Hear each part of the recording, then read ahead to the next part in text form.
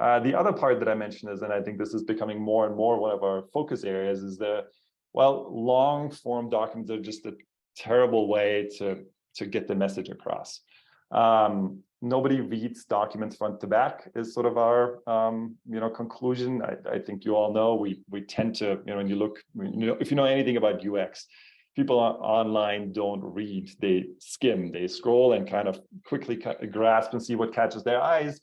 And so one of the key features that we just released to address this is we added a summary tab. And so the summary actually starts with an at a glance, so you can provide, give your document a welcome message, maybe an intro video, and it gives you some tiles that you can use to summarize what's going on. So oftentimes clients use this to highlight different chapters, but it could be, here's 5 focus areas we want you to take a look at and respond to. And so from this at a glance level, you can either keep it at that, or you can go to the next level, which we like to think about as the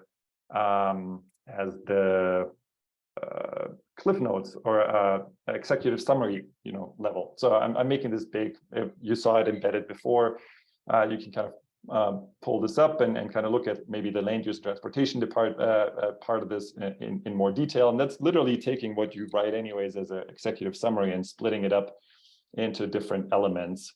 And then as you go through this, as a reader, you can then decide, oh, I'm really interested in learning more about strategy 1. So you click on it, automatically zoom to strategy 1 to learn more instead of having to scroll through the whole document. So it really makes the navigation a lot easier, more intuitive.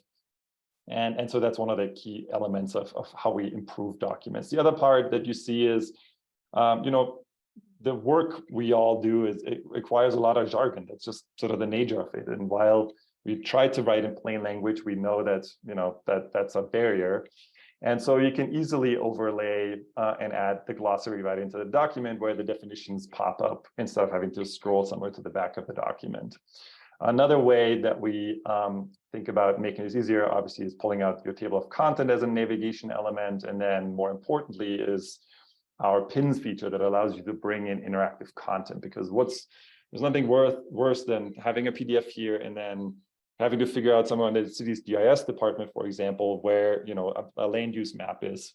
And so this is a fully integrated experience. You can just sort of have that zoomable map right in your document and have all of this sort of part of it, and have those as an integrated experience. Another way that we see this being used here, this is a final document. So they added these little pins to track implementation. So the plan doesn't end with adoption, right? It's a living document in a sense that needs to get, goes through implementation. And so you can see how they provided updates each year to kind of see where we are in reaching those goals and actions that we kind of set out to do.